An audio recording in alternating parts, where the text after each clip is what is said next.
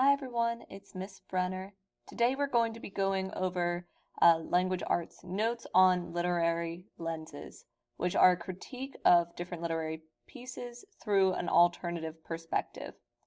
So there are lots of different literary lenses. We are going to be learning 4 in this course together. And so please keep in mind that as we learn these 4, that there might be prior knowledge that you have on different literary lenses that might come to mind as we go over these. And we are going to use the terms that we are learning in these notes. So if you can think of other terms that they might fall under, that is okay. But please make sure when you are doing our activities that you use these terms so that way we can all understand each other in our discussions. Alrighty, so let's get started. A literary lens is a literary theory where through a lens we can analyze a text. These different lenses allow critics to dissect works based on specific criteria within a theory. So the purpose is so that way we can categorize different theories and ask questions in a form of a whole new perspective on a piece of literature. We are going to be covering 4 different forms as stated earlier. The 4 forms we are going to learn are gender lenses, classist lenses, psychological lenses, and new critical lenses. So you might know some others, but these are the 4 that we are going to cover in our course. Let's start off with the gender lens. So the gender lens is reading a text for its gender-related issues or attitudes towards gender. Now this could be gender identity, gender relationships, sexuality, and several other different categories within this umbrella category. So for example, from the play that we just finished, A Midsummer Night's Dream, the female characters, Helena and Hermia, are ruled by the enforced laws of men. Hermia is considered the property of her father, and therefore cannot choose to control her own life or her love life. Helena is shamed for fawning over a man who doesn't love her back, which would have been perceived as karma for sleeping with someone before marriage. So Midsummer Night's Dream hits a lot of different criteria within the gender lens that critics would dissect and say kind of goes off typical route for the time period in which the play was written, considering both women get a happy ending, when based on the aspect of karma, many people from that time period would say that the women don't deserve a happy ending. While we're on the topic of gender lenses, let's talk about some questions that are like an easy way to pull apart a piece of literature from the gender lens. Consider the gender of the author and the characters. What role does gender play in the text? So why might a character be male or female? Observe how gender stereotypes might be enforced or reinforced or undermined. Try to see how the text reflects or distorts the place men or women have in society. Imagine reading the text from the point of view of someone from the opposite gender. So when using lenses, you really have to think outside of yourself.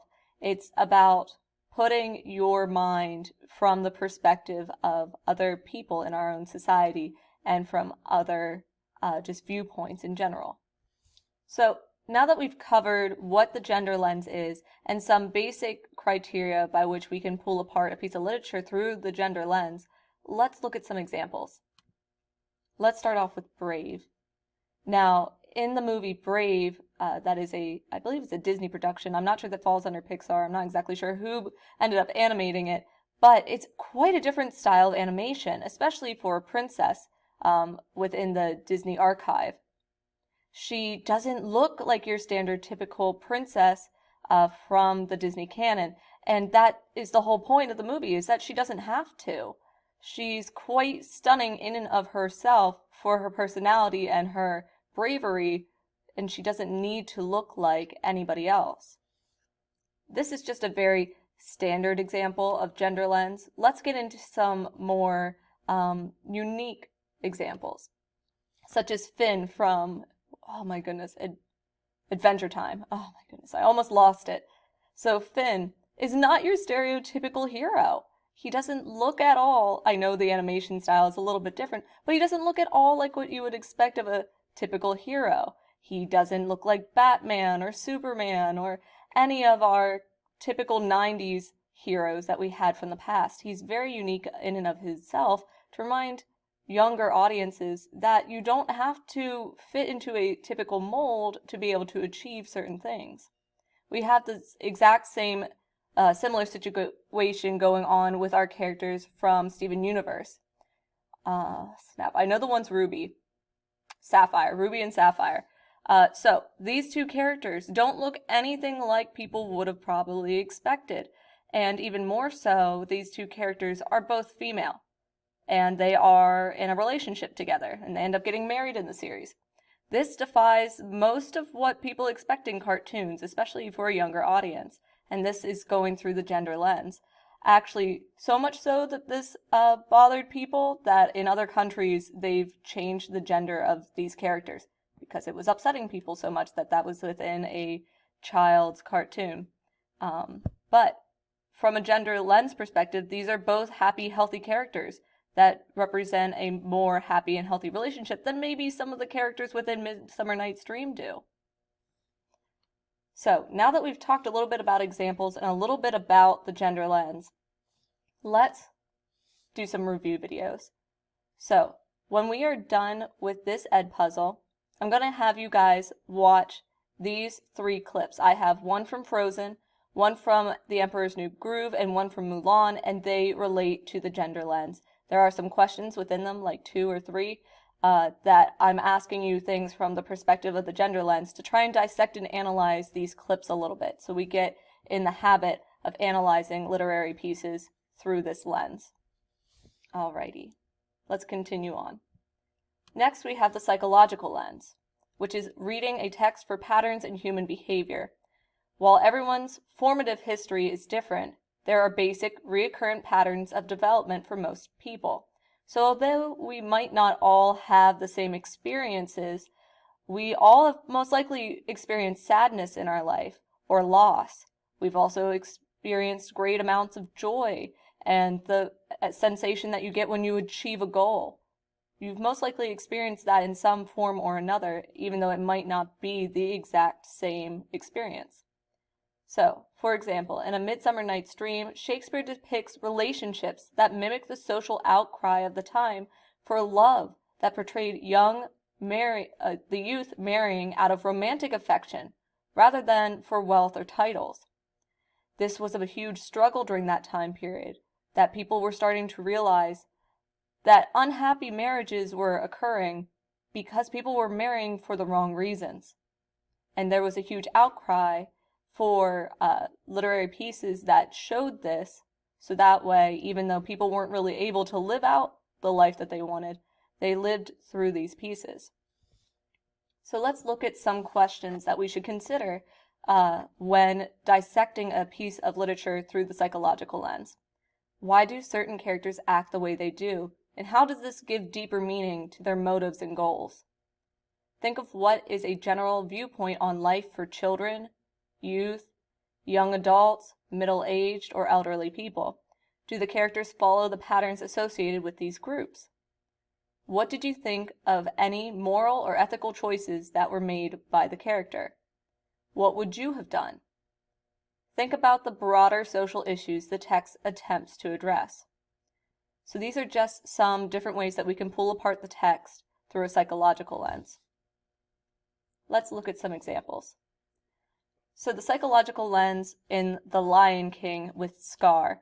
Scar has a lot of segments where he goes on tangents about his goals and his reasonings and how he feels about things.